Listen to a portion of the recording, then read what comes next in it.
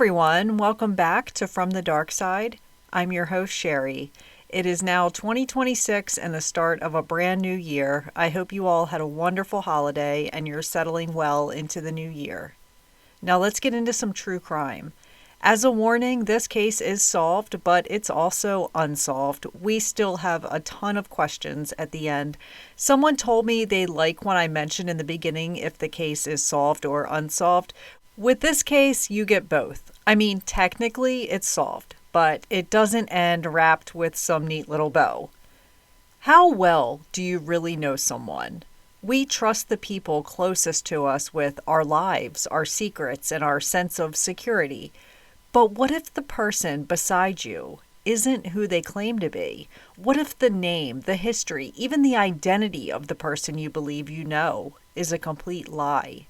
Lori Ruff was not who she claimed to be. The name she used, the past she described, all of it was a carefully constructed lie. This is episode 184, The Case of Lori Ruff. This story took place in 2010. An earthquake registering at 8.8 hit Chile. It was the strongest recorded in history. A 7 magnitude earthquake hit Haiti. There was the swine flu pandemic. Apple iPads and Instagram were brand new things. There was the BP oil spill. And lastly, Tiger Woods delivered an apology over his infidelity. On Christmas Eve 2010, John Ruff is up and he's making his coffee at his home in Longview, Texas. He goes to get his morning paper off the lawn like he does every morning. He opens his garage door to walk outside and sees a car sitting there in his driveway in front of his garage. The car is running and the headlights are on and kind of blinding him. He can't make out what kind of car this is or who is in the driver's seat. It's just sitting there idling. He feels this is suspicious, so he closes his garage door. I'd be freaked out too. He goes inside and calls the police. When police arrive, they carefully approach the vehicle, which is a black Chevy Tahoe, in the driveway. They see a woman sitting in the driver's seat, and she's slumped over.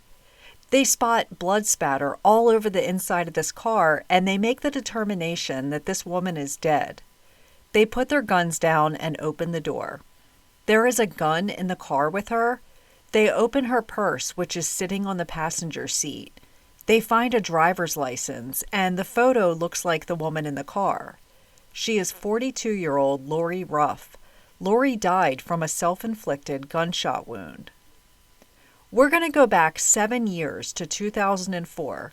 Lori, who was 35 years old, married a man named Blake Ruff. They had met in Bible study and dated for a while before committing to marriage. We know a lot about Blake. According to reporter Maureen O'Hagan for the Seattle Times, Blake graduated from the University of Texas with a degree in economics. He also had a degree from DeVry in telecom management. He worked in commercial accounts for Verizon for a number of years. Blake was known as a really easygoing guy. Blake is described as being very non-confrontational. He will agree with anything you say.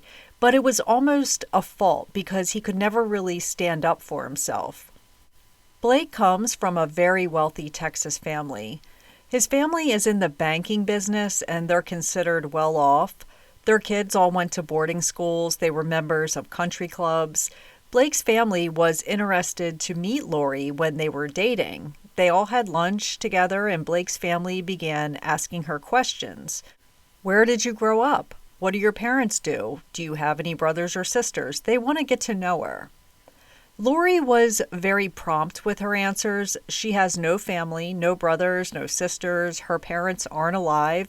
Her dad was a failed stockbroker before he passed. She doesn't have any aunts or uncles. She is 100% alone in this world. Blake's family isn't so sure about this girl. They know Blake is very passive and could easily be taken advantage of. They felt like Lori was hiding something. How could she not have one single living relative? When Blake and Lori decided to get married, Blake's mother, Nancy, was going to have an announcement in the newspaper. I feel like engagement announcements aren't as big of a deal these days, but they used to be a huge thing. Anyway, the announcement would read, Blake Ruff, son of John and Nancy Ruff, is to wed Lori Kennedy. Lori told Nancy, no, don't do that. I don't want my business out there. Okay, fair enough. I don't see any issue with that. So Blake's family has a lot of money and could have easily paid for a nice wedding, especially since this is their son and they want him to have this lavish wedding. But Blake and Lori wed in a private ceremony in January 2004. The only guest in attendance was the pastor who married them. According to that same article from the Seattle Times, Blake and Lori then bought a house in Leonard, Texas, which was around 125 miles from his parents' house in Longview. Neighbors say Blake was friendly, but Lori was not. She would walk right by you and not say hello or even acknowledge you. She was often seen walking the perimeter of her yard with her head down. Lori worked as a mystery shopper. I had to look this up. A mystery shopper is someone who is paid to pretend like they are a regular customer and evaluate a store or restaurant's performance. Things aren't well between Lori and her husband's family. They did not like each other at all. They felt Lori was hiding something from all of them. They often wondered why she wouldn't give any info about her life before she met Blake. She couldn't even produce an old photo of herself or any of her family. According to Catherine Simon for Cipher magazine, as much as Lori hated Blake's family, she still spent a lot of time researching their genealogy and secret family recipes. Blake is kind of like whatever. He sort of stands by his wife, I guess. He seemed to just be in the middle and not really picking a side. He accepted Lori even though she was super secretive about her past, but he didn't really stand up to his parents or vice versa. He didn't stand up to Lori for his parents. According to Blake, Lori took medication that was either for ADHD or Tourette's. It's not real clear which one it was, so maybe he thought that hiding her past was just a psychological issue. Neighbors say she didn't really fit in anywhere. She was a vegetarian, which isn't weird to me, but to people in Texas, it's pretty rare. If you live in Texas and you're a vegetarian and I'm incorrect, please let me know. Lori wasn't friendly. She went to church and she did her mystery shopping. That's about it. She was known to enjoy going to tea parties and she had a child's easy bake oven she liked to use. Lori and Blake decided that they wanted to have children. They had tried a bunch of times, but Lori ended up having several miscarriages. Her last pregnancy went well, though. They had gone through several rounds of in vitro fertilization and one was successful. Lori was able to carry the baby full term. In 2008, Lori gave birth to a daughter named Jessica. Her and Blake were really happy because they had been trying for so long and now they had this perfect, healthy little girl. So naturally, Blake's family was ecstatic to have a new grandchild. This little girl was grandchild number 9 in the family. Of course, they're not crazy about Lori, but they really loved Jessica and welcomed her with open arms. But Lori became super overprotective. If you have a child and you have supportive grandparents in that child's life, first consider yourself lucky because not everyone has that. But for those that do, when you bring your child to their grandparents' house to visit, you can kind of let your guard down. The grandparents are there and they like to handle the kid for you so you can relax or help in the kitchen or whatever. It's almost like a short break. When they would go to Blake's family's house to visit, this didn't happen. No one was allowed to hold little Jessica. Lori wouldn't allow it. This is John and Nancy's 9th grandchild, and you think Lori would be okay with them holding her or changing her diaper or feeding her, but she refused. If Lori needed to use the bathroom, the baby came with her. Blake's parents weren't allowed to be alone with her, not even for a moment.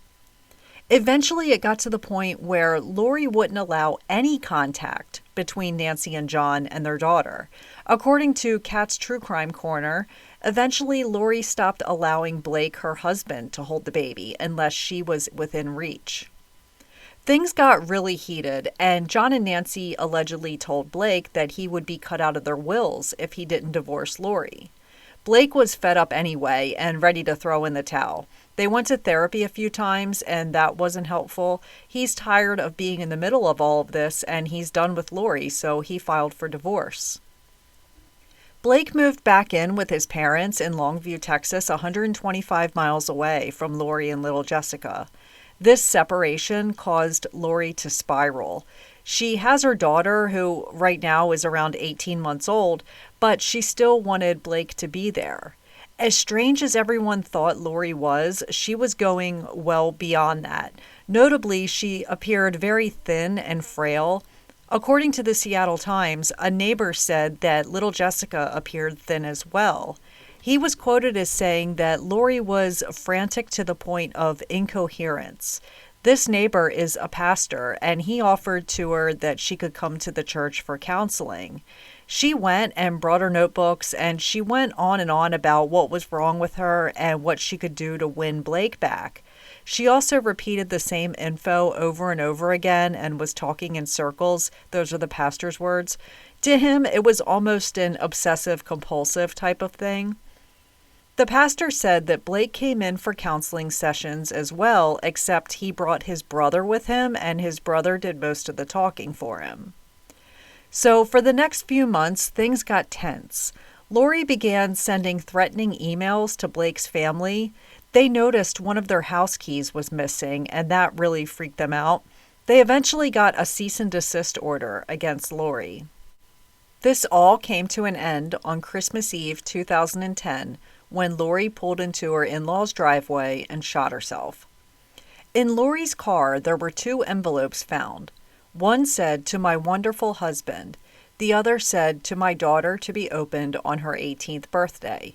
So in the letter to Blake, she talked about how wonderful he was and she was so lucky to be his wife. I don't know the rest of the contents because they were never released to the public, but it was described by police as mainly just ramblings of a clearly disturbed person. It was 11 pages long. There's nothing in this letter that talks about her past or any of the things she was hiding.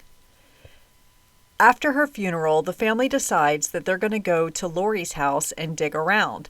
They want to figure out what she was hiding. First, they are super careful because they're afraid that the house could be booby-trapped. That's how much they didn't trust her. They had the sheriff's department go in with them. No one except Lori and Jessica has been in this house in months, and it was a complete mess. The beds are soiled, there's piles of dishes, and everything was very dirty. This was clearly someone who had been suffering with depression and suicidal thoughts.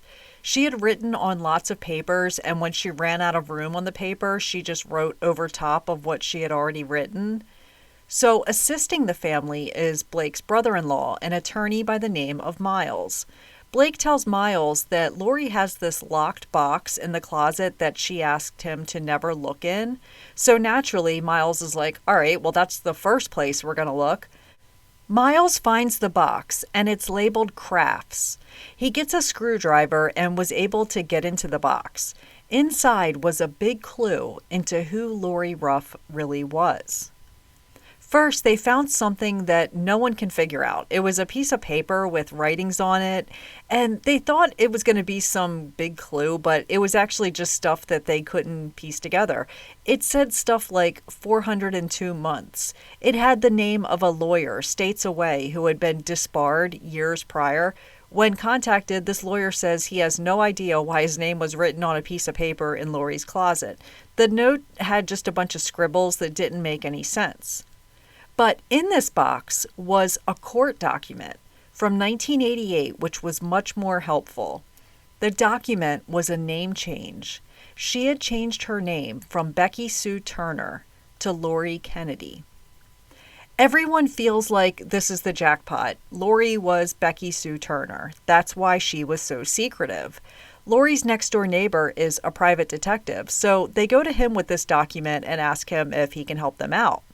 Find out why she changed her name from Becky Sue Turner to Lori Kennedy. This private investigator does his job well and comes back with some new information. She wasn't Becky Sue Turner either.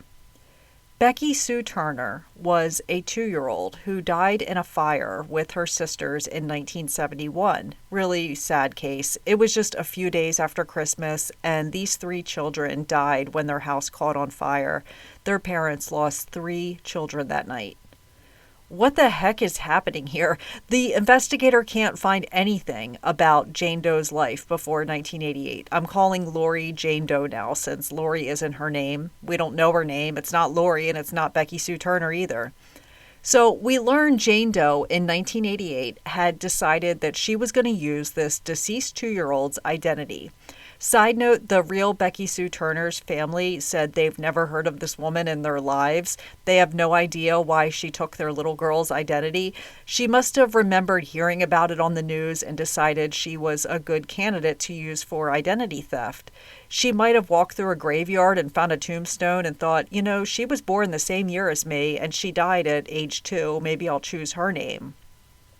The only thing they could think of was that Becky Sue's birth certificate listed her name spelled with a Y on the end of Becky. Her death certificate listed her name as Becky with an IE. So because there was a typo, it would be easier. It also helped that Becky was born in one state and died in another. Jane Doe had gotten a copy of Becky Sue Turner's birth certificate.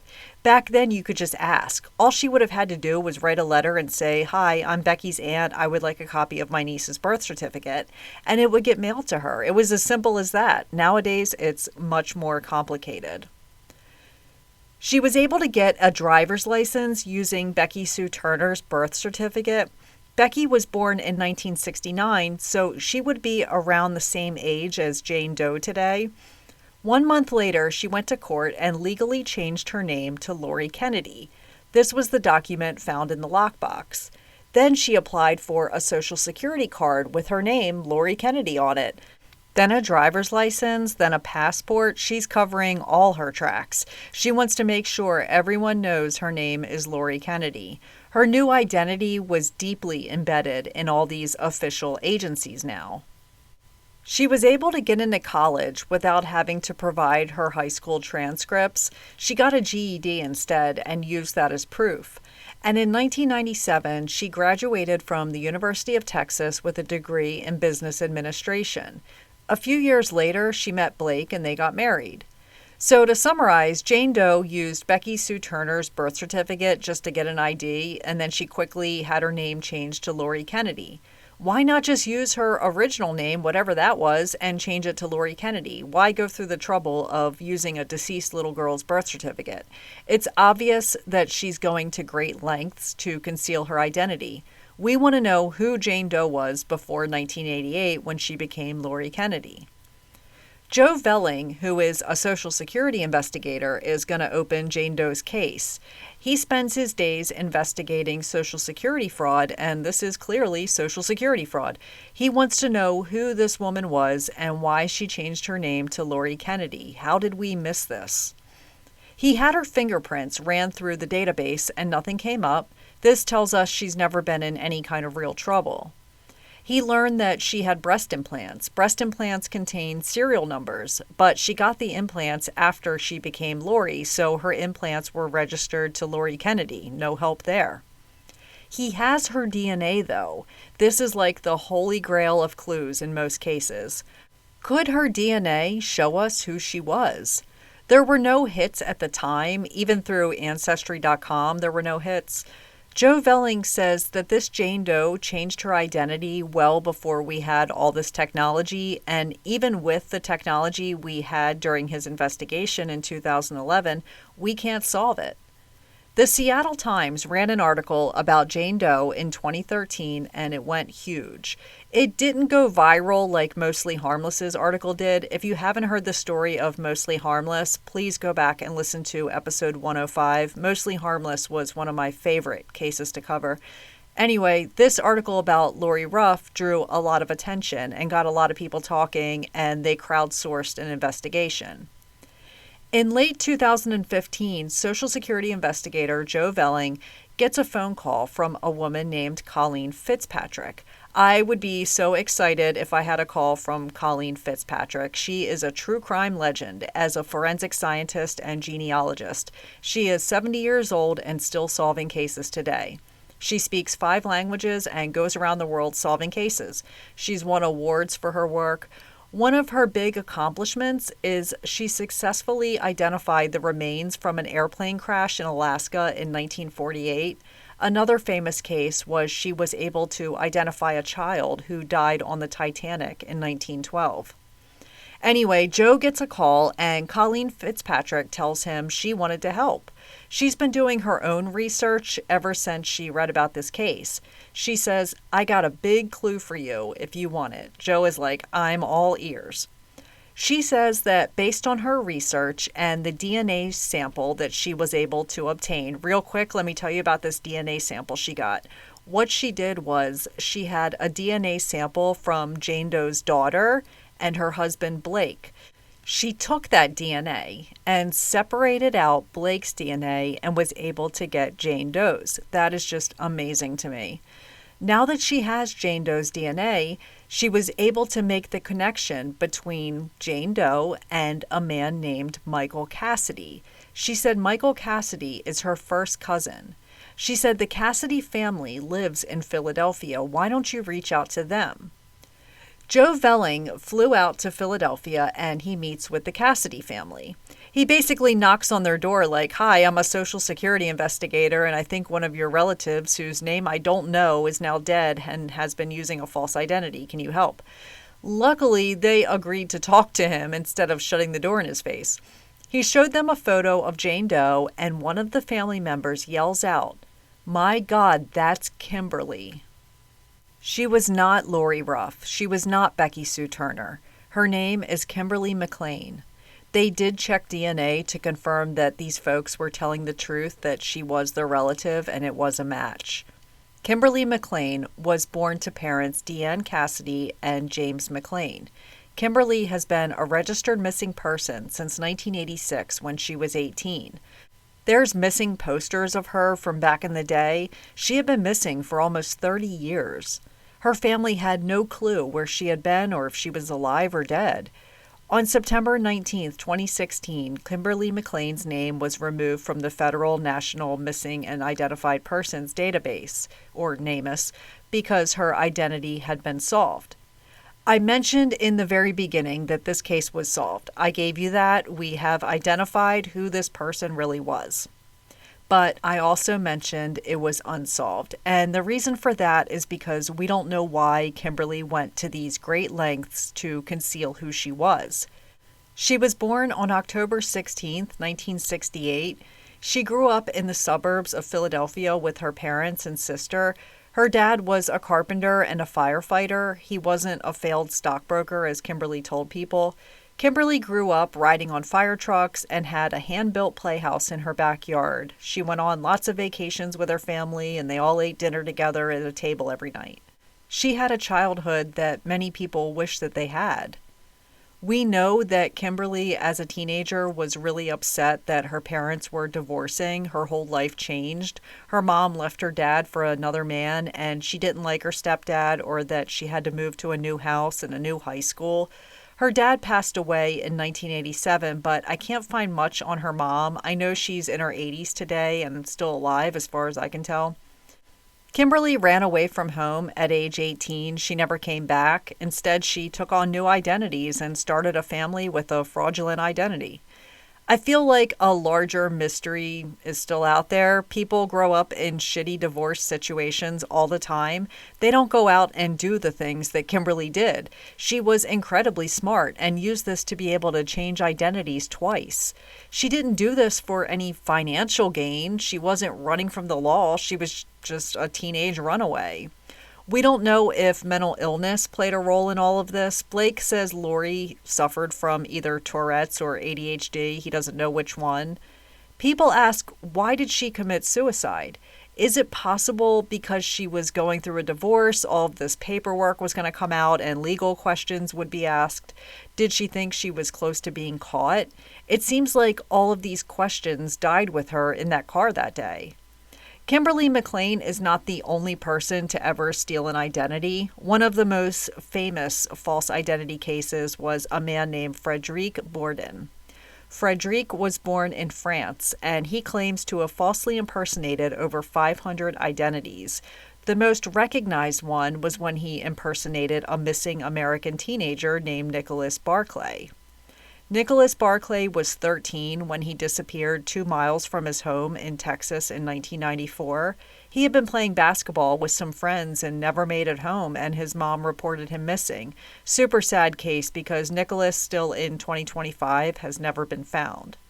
So in 1994, Nicholas called his house from a payphone and asked his mom to come pick him up from the basketball court, which was less than 2 miles from his house. His brother answered the phone and said, "Mom's asleep, you're going to have to walk home." And Nicholas never made it home. Now, Nicholas was a troubled kid, and he lived in a dysfunctional home where adults in the home were hard drug users. Nicholas was in some legal trouble himself recently. He had threatened a teacher at school, and he also broke into a store and stole a new pair of sneakers. He had a juvenile court date coming up just one day after he was reported missing. So a lot assumed he was a runaway because the court was going to determine if he needed to be placed in a group home for troubled teenage boys. The fact that Nicholas was a troubled kid doesn't make it any less sad. He's still a 13-year-old child.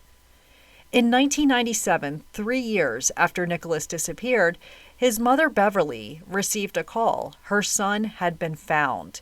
He was located at a shelter in Spain and was the victim of a sex trafficking ring. So Nick's sister goes to Spain, and she is reunited with who they are being told is Nick. In reality, it wasn't Nick, but instead a man named Frederic Bourdin, who is 23 years old and appeared as a teenager.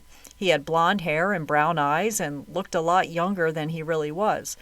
He also had a French accent, but they figured he must have picked it up over the last couple of years. He said his name was Nicholas Barclay, and he's been in a sex trafficking ring for the last 3 years. So the whole family is reunited back in the States, and they are so happy to have their loved one back. Now, Nick had blue eyes, and this person has brown eyes. He tells them his kidnappers changed his eye color. They travel home to Texas, and Nick moves back in with the family. They were slightly skeptical since Nick claimed he had no real memories of his life before he was taken, and he also appeared much different than the real Nick was. He looked older, but it had been a few years, and being in a sex trafficking ring, he had severe trauma. After a few months of Nick being home, a private investigator shows up and he wants to interview Nick for a TV show. This is amazing that he was reunited with his family. It should be all over the news. The investigator is immediately suspicious. He says the man didn't have a lot of Nick's features. He had a different eye color. Something is up for sure. He should be 17, but he appears to be in his mid-20s. Beverly, Nick's mother, was beginning to become suspicious. She called police in March of 1998 and told them the man living in her home was not her son, Nick.